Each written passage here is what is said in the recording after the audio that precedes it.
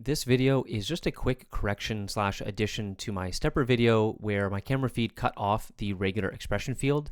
So I've now tactically resized my camera feed, and you should be able to see everything that is going on for the variables here in Stepper. So I'm just going to walk through how I set up the regular expression in this very simple example. Same in the other video, we're looking for CSRF tokens, and we want to extract them from the responses. So what we need to do at the very bottom of the page here is add a variable. And what you can't see is the other option here, which we're not going to use, which is delete selected variable.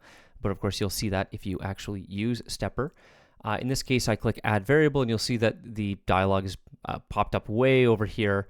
And I'm just going to call this token in this case and hit enter. And so the kind of naive approach is to try and just write a simple expression to match this area here. So you might think, okay, well, we want to capture this, the value part, because that's what's kind of distinguishes where our token is in the space of the HTML. And so you would type in value =, double quote, and then maybe use some of our regular expression syntax to indicate that we would like any character within this set. And you'll see that the value doesn't update to click out of that. So now you can see that's matching a single character in that set. And if I add the asterisk here, it's going to match all those characters. But what we want to do is even it out with the double quote. Now the problem here, however, is taking this approach to matching this area right here matches far beyond just our token, right? And we can't just remove the context either, right? We can't just say, okay, well, we don't want we only want the token's value. We don't want it, we don't want our match to actually contain the value equals. So how do we get the token?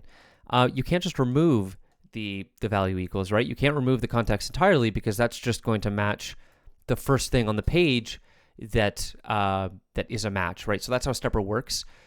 When you enter a regular expression, the first match is the one that's going to be returned. So we still need some level of specificity to get the token in this context. And depending on what type of content is returning on the page, maybe you could come up with an expression that works well for that.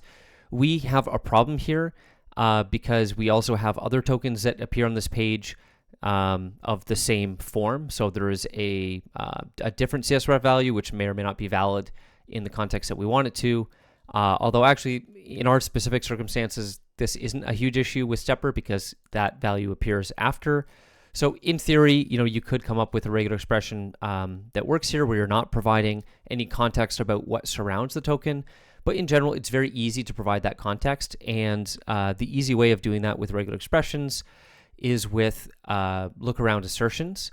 So the way that I did that in the original video was by adding an assertion saying we want to match the token where this appears, but we don't want to actually match this part of the context. So in order to do that, we use this form here, which I'm not going to go into details about, but I believe this is called the look ahead. So it's looking, the look behind assertion, because we're matching something and we're looking behind to see that there's something prefixing it, but we're not matching it.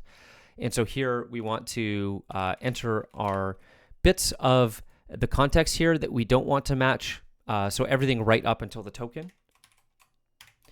And so now we actually have a good match. So in the previous video, I also did a look after assertion where I added the trailing double quote, but because our actual pattern doesn't include double quotes, it'll only go up to that final C, and it won't match the double quote anyway, so we don't really need it. But sometimes I just like to add it for completeness. So, that would look something like this. It makes no difference. We don't need it in this case.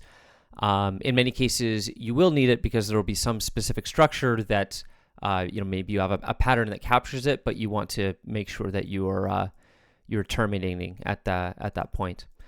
So that's it. That's implementing regular expressions with Stepper. And now when we subsequently use that variable, it's going to pull what it shows us in the value field there. It's as easy as that.